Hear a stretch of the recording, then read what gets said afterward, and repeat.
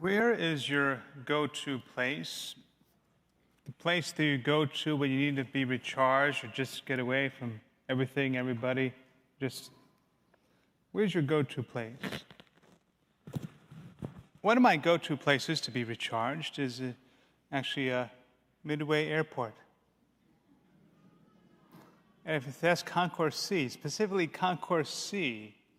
So if you get a little closer to that, you'll notice right above, well, sorry, can't see there, but if you can see it says chapel. And right underneath that chapel sign, you can see like a little shadow in the window there. Well, that's God right there, because that's a tabernacle in the chapel. So Jesus himself, God, is residing there in Concourse C, right? You know, people are passing underneath him and don't know he's there. And so sometimes when I'm there, when I have time, well, I like to go there, the chapel, just say hi to Jesus, just spend some time in prayer. So that's my encouragement to you. Next time you're in Midway Airport, find Concourse C. It's easy. Take an elevator. Just goes up 2 flights. And then put your name there. I think they have a list. Put the parish name, and I'll see who visited Jesus in Concourse. Concourse C. Maybe C stands for Christ. Okay, remember that. C for Christ. There you go. We got it. Okay. You never know where Jesus is going to be, even in a deserted place at times like Midway. Job, as we heard this morning, he felt deserted, that he was in a deserted place. Poor Job, going through a lot of suffering, you know, and we had that very inspirational line at the end of the first reading, I shall not see happiness again, the word of the Lord, thanks be to God. All right, so that wasn't the most encouraging word there. So why do so many people go to Job, the book of Job? Why is it so famous, even though it has like a part that is like dialogue between his friends that's really kind of boring? But I mean, there's other parts in Job that we get real good nuggets there. I think one of the reasons is because we all go through suffering. We all go through times in our life in which we're like, why is this happening to me, to my family? Why do people suffer? And why do the innocent suffer? Or like, I'm suffering this, or my family's suffering this. We didn't do anything wrong. Here's some more inspiration. These are better inspirational quotes from Job. Naked I came forth from my mother's womb, and naked shall I return. The Lord gave, and the Lord has taken away. Blessed be the name of the Lord. Okay, maybe that's still depressing, but still, the idea is that God has given us everything. And to have that perspective in life, not to get too attached to things or totally give up when bad things happen, suffering happens. Here's the most inspirational from Job. For I know that my Redeemer lives, and at last he will stand upon the earth. Job wasn't even Jewish. He was a righteous Gentile. But he had faith, and he had a certain faith there. For I know that my Redeemer lives, and at last will stand upon the earth, with us fulfilled in Jesus.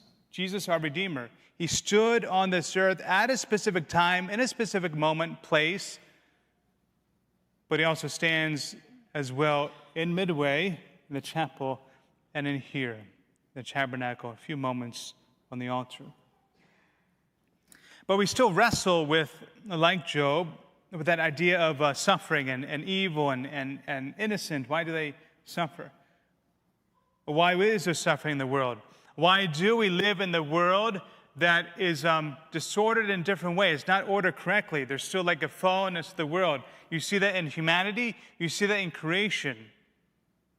It's like this image of, even in the midst of this system, there is a virus, whether it be physical or whether it be spiritual. What's the answer to this? The answer is a who, Jesus. And what he did for us 2,000 years ago. He stood upon this earth so he could walk upon this earth, teach us, guide us, but also suffer for us and die for us on the cross.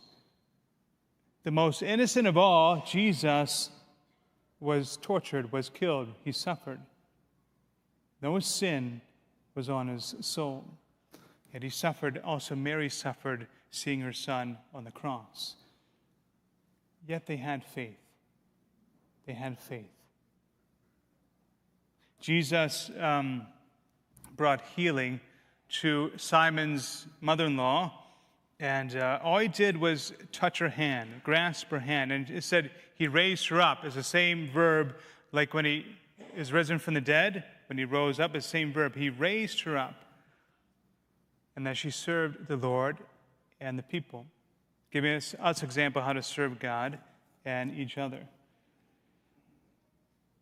Now, in order for us to be healed, we also need faith to be healed physically, but even more importantly than the physical healing is spiritual healing, healing in the heart, healing in the soul. Because even if we're healed physically, we're still going to all suffer and die at some point. Yeah, that's more inspiration for me, but it's true. It's true. What matters the most is healing in the heart, healing in the soul. The soul is eternal. So we need to work on our soul, make sure that it is in shape. And so in your homes, if we have your address there, you'll be getting this, our mailer, Get Your Soul in Shape. And I like that imagery because it's kind of like desert, even though technically it looks like an ocean or a lake. But still, to get your soul in shape. So what's your plan? What's our plan for this Lent? Already for Ash Wednesday, we're given an opportunity to get our soul in shape, and it's not easy because Valentine's Day is the same day as Ash Wednesday this year. Very romantic. And so Ash Wednesday plus Valentine's Day equals God's love for us. The universal symbol of love in many ways is the heart, right? But in reality, what is the universal symbol of love? It's the cross. And so we're going to be marked in that true universal symbol of love on Ash Wednesday. I'll have more details at the end of Mass, what we can and can't do on this Ash Wednesday. But here, I'll give you some candy. I'll give you some candy, and the candy has on it pray, repent, abstain, and fast. Okay, you're welcome. There's your candy for Valentine's Day. Okay, so what are we going to do spiritually? Get our soul in shape for Lent? Well, here's some options. So I want you to pick at least one of these options here. You can do Alpha, which will begin in February 27th. If you've never done it before, please do it. We all should do it at least once. Every parishioner should do it at least once. And this is our main way to evangelize, to bring people to Christ over a meal, and or if you bring a family member, neighbor, friend. This is how people in a special way come to know Christ. And then they can be involved more in the parish and groups and so forth. But Alpha, we try to have that first. We also have a mini Lenten retreat on February 17th, that's Saturday. Father Jim McCormick is going to be giving a couple of talks on consoling the heart of Jesus. But we also have our Lenten mission this year, and that's Father Jason Lewis, who will lead that Sunday night and Monday night on March 3rd and 4th. He's going to preach really all the masses for the most part that weekend. And there's going to be a specific focus on healing. And we're going to have a special healing service that Saturday after, so March 9th. We're going to have a healing service after the 4 p.m. Mass, probably starting at 6:30.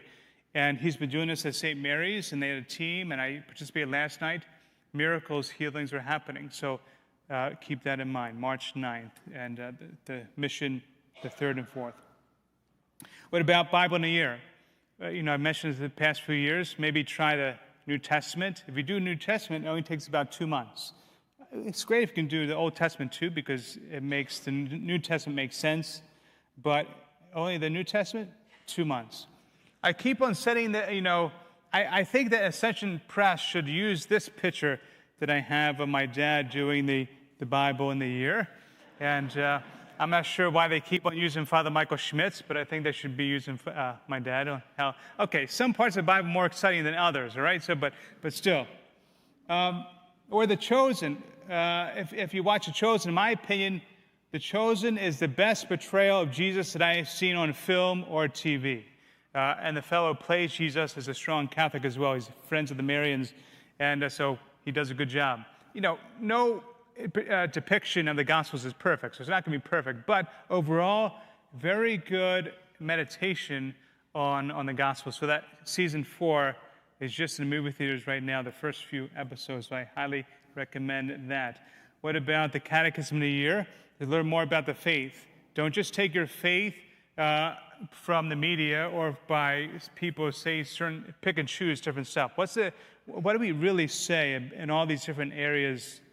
So the Catechism of the Year, Formed, the Hallow app, different ways, Exodus and Exile, St. Paul Center, Dr. Bergsma, Dr. Hahn talk about how we're in exile. We're not at our home. We're walking through this desert now, and you go through each chapter of Exodus one day, each day of Lent. In either case, what is going to be the way that we grow more in the faith this Lent? Jesus, it says, he rose very early before dawn, which is like the resurrection, right? Rose before dawn. He left and went off to a deserted place where he prayed. Even Jesus in his humanity needed to pray. We need to get away. We need to unplug. Turn off the phone. Turn off the, take out the ear stuff there. Just unplug. Unplug for some time. So how are you going to do it this Lent? Have a plan. Have a plan starting Ash Wednesday.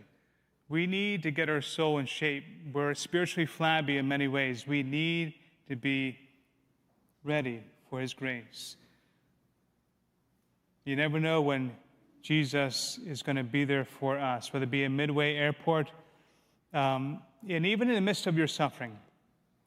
Even if it seems like your heart is a deserted place right now, that even it feels like that God has deserted you, others have deserted you, nobody knows what you're going through. The good news is that Jesus is comfortable being in deserted places. And even if that feels like it's your heart, but in reality, you're not deserted. He's with you. He's with us already. Let's trust in him. Let's spend some time with him this Lent.